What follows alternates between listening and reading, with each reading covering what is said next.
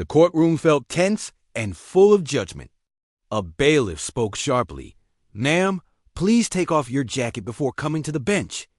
Everyone's eyes turned to the woman in the center. She was in her early 40s, wearing a simple black jacket. Zipped up to her neck, she stood tall even on the stairs. She didn't argue or blink. Quietly, she unzipped her jacket and took it off. That's when everyone saw it, a small tattoo on her left forearm, no bigger than a silver dollar.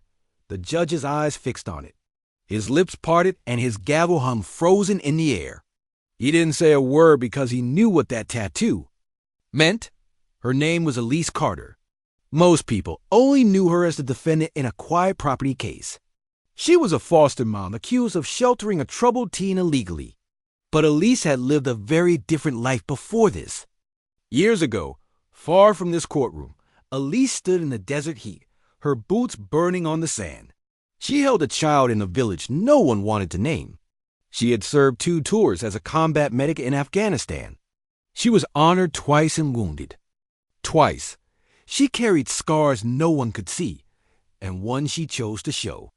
The tattoo was inked just days after she held her best friend as he died in her arms. The tattoo showed a pair of wings wrapped around a combat cross. It wasn't just a design. It was a promise. I will never leave a soul behind, no matter the law, no matter the cost. After she came home, Elise didn't look for comfort. She built a home from nothing, a small house outside of town. It was filled with rescued dogs, photos of forgotten soldiers, and foster kids no one else wanted. One of those kids was Marcus, 17 years old. He had bruises that told a story he couldn't tell. He ran away from a system that lost track of him. Elise didn't ask about his past. She asked if he wanted something to eat. When officials came knocking, Elise didn't hide. She stood at the door silent. When she was charged with harboring a runaway, she didn't plead or beg. She nodded, quietly picked up her jacket, and came to court as she was told. Now, with her sleeve rolled up and the tattoo showing, she sent a silent message stronger than any words. The judge, known for being strict, sat still. The courtroom was quiet, except for a growing understanding. That tattoo was not just familiar. It was the same one the judge had seen before.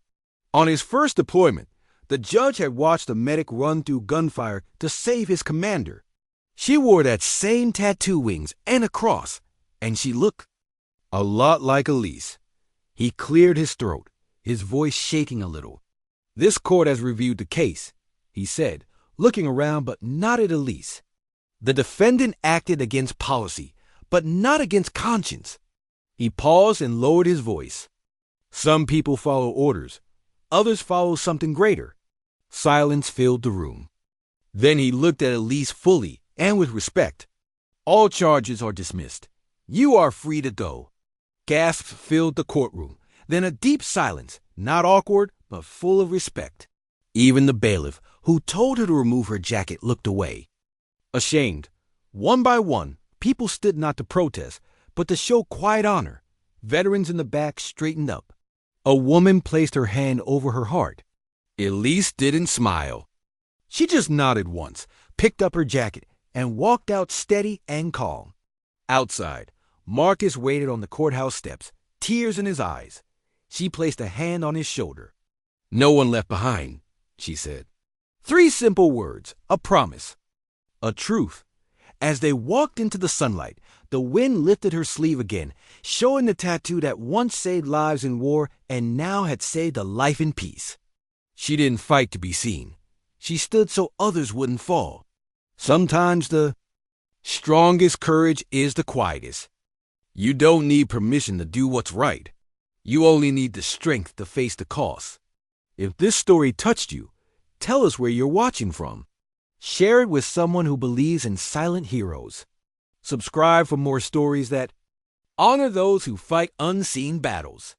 This is Battlefield Echoes.